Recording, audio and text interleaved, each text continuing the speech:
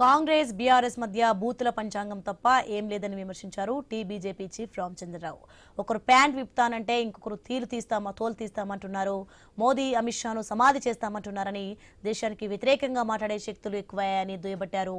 దేశమంతా కాషాయమవుతుందని, జీహెచ్ఎంసీ ఎన్నికల్లో బీజేపీ సత్తా చూపెడతామని తెలిపారు. ఈ మధ్య కాలంలో కూడా జేఎన్యూలో మరి కొంతమంది దేశద్రోహులు మోదీ అమిత్ కో గాడ్ దేంగే, ఆర్ఎస్ఎస్ కో గాడ్ దేంగే అనేటువంటి ఒక స్లోగన్స్ చేయడము. సో ఈ నేపథ్యంలో యువత చదువుకున్న కూడా ఈ భారతదేశం వ్యతిరేకంగా మాట్లాడే వ్యక్తులు ఎక్కువైపోయారు. ఈ శక్తులని మనం ఆపాలంటే మనం కూడా ఒక శక్తిగా మారాలి అనేటువంటి ఆలోచన విద్యావంతులు రావడం జరిగింది.